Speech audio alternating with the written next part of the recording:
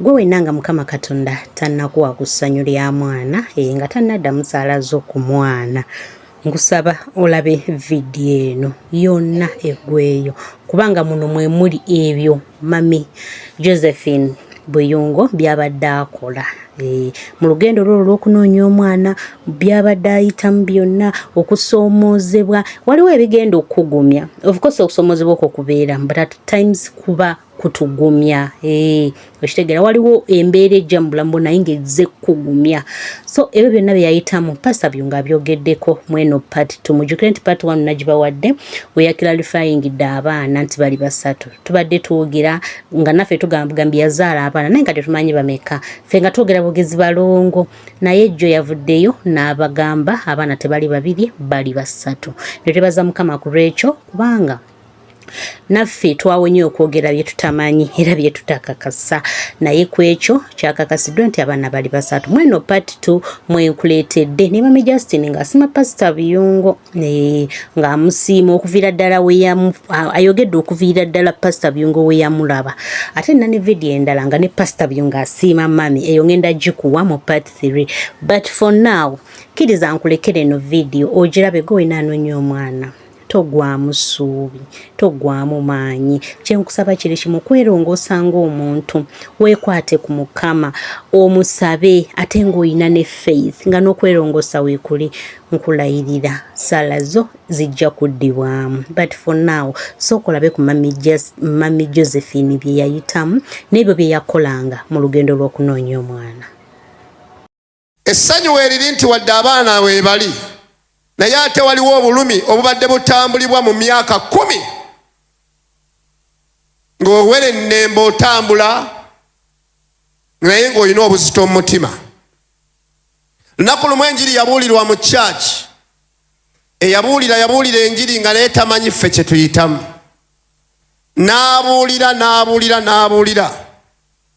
mukyala wange teyaganya kugimalako, n'asituka n'adduka waggulu n'agenda mu office. Nze nenkitegeera ne nnindamu eddakiika nga 5 nange nensituka. Namusanga akaaba.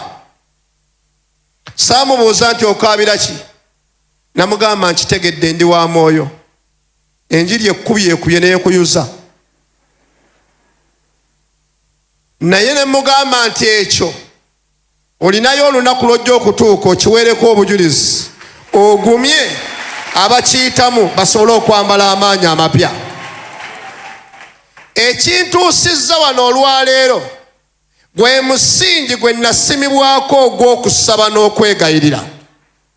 Okusaba kuno kwolaba n'okwegayira kuyinamu ebintu bye kugenda okusumulula mu bulamu bwo, obiyingiremu naawe nga toyinza kukkiriza nti yeggwe.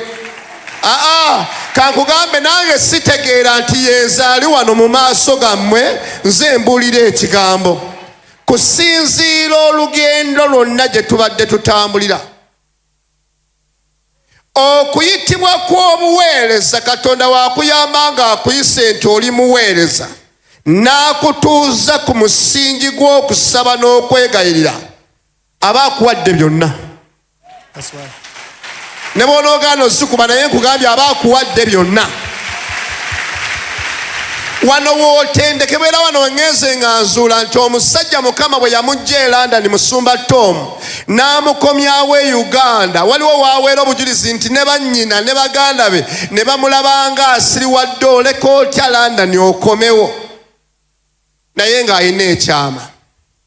Ekyama bwe yajja wano bwe tuli si bwe yali, naye okusaba n'okwegayira kuvuunula ekirooto kyo.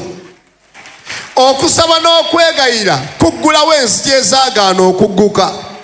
Okusaba n'okwegayira abantu we batasobola kuyita gw'oyitawo.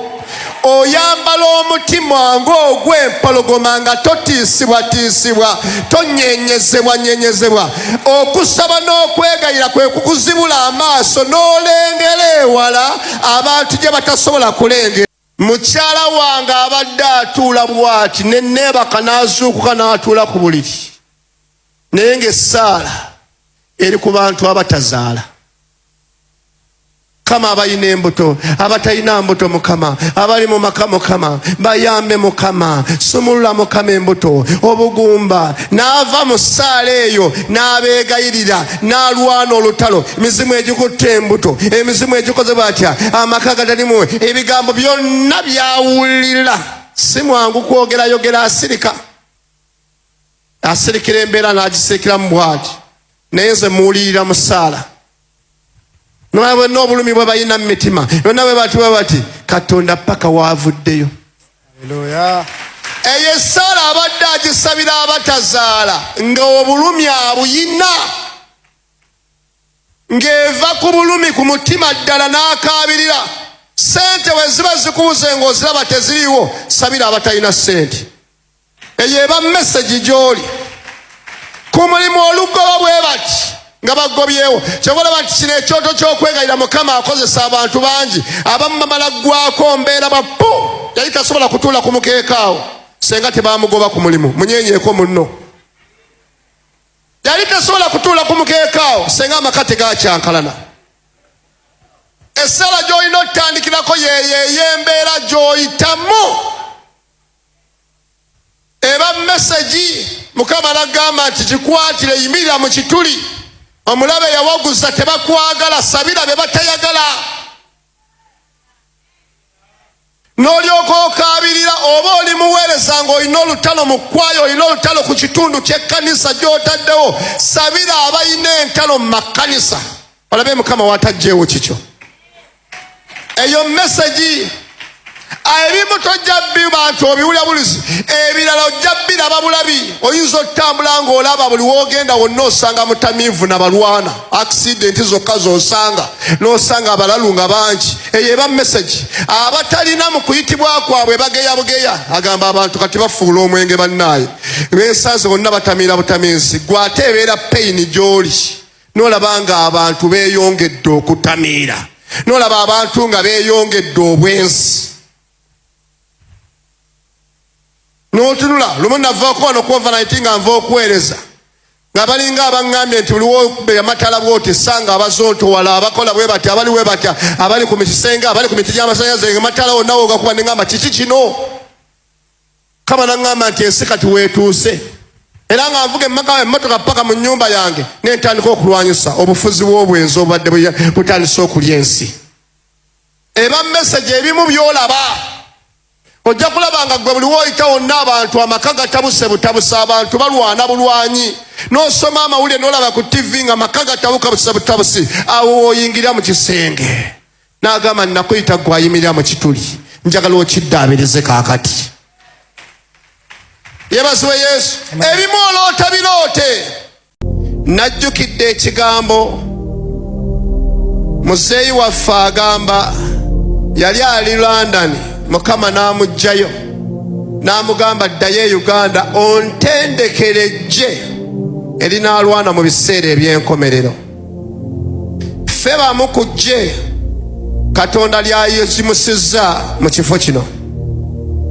Naye njagala kwogera ku kye bayita okutendekebwa kw'omuweereza ow'amaanyi ng'atambulira ku musingi gw'okwegayirira n'okusaba. Kino ky'olimu olwaleero kiraba ng'ekya bulijjo naye ky'amaanyi nnyo. Be tulabye abasajja ab'amaanyi abanyeenya ensi, be tulabye abaliko obujulizi obw'amaanyi, be tulabye be tuyita bannaggwa n'ab'amaanyi, Mukama bwe yali abayita yabasimba ku musingi gwa kusaba na kwegayirira. Waliwo okuyitibwa n'okutumibwa. Mukama buli waakuyita aba n'ensonga. Era gwe atudde awo ku katebe nange natandika bwentyo naye simanyi nti Katonda antuusa mu byonna. Okwegayirira gwe musingi ogukusimba n'otendekebwa ng'osobola okuyimirira mu mbeera n'ogyetikka paka weetuuka n'evvuunuka n'olaba obujulizi bwayo. Kankugambeyo ekintu kimu, abantu bonna boolaba ab'amaanyi, abantu bonna boolaba nga bannaggwano babeerako we baayita ebibasoomooza ebinene. kyekyo kye nali ŋŋamba mukyala Buyungo ne mugamba Mukama akufumbiza nze mwami ndi musumba ŋŋenda kukola ebintu bibiri nze mwami wo ate nze pasita wo ne mugamba nina okubeera omwami ate nina okutulaininga oweereze Katonda mu maanyi obyobufumbo bwe kinaakulya ekyokumwana ne kivuuka ekyomwana tojja kuyimira ku kituuti ow'ekigambo bantu basobolokoke. Naye nabadde nsiikanya omukyala n'aŋŋamba yankubidde ng'ali ne Netherland n'agamba nze mbadde simanyi mami Josephine nti tazaalanga na ku mwana. Tazaalanga kati yazadde.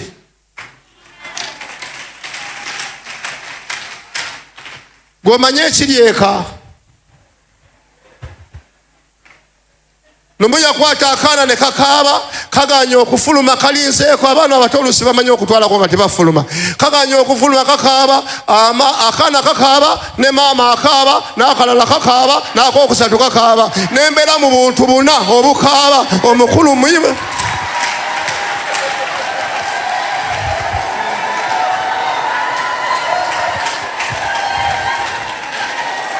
nemugamba sirika kiki omwana akaaba noona akaaba negamba sirikawo nabano basirike naawe osirike.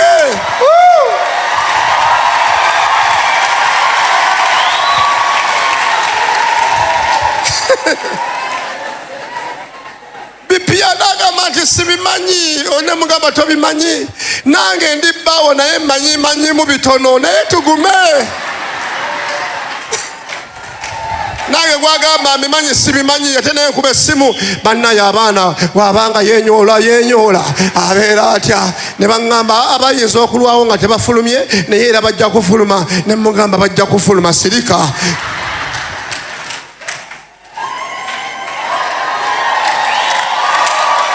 Yeebazibwe Yesu.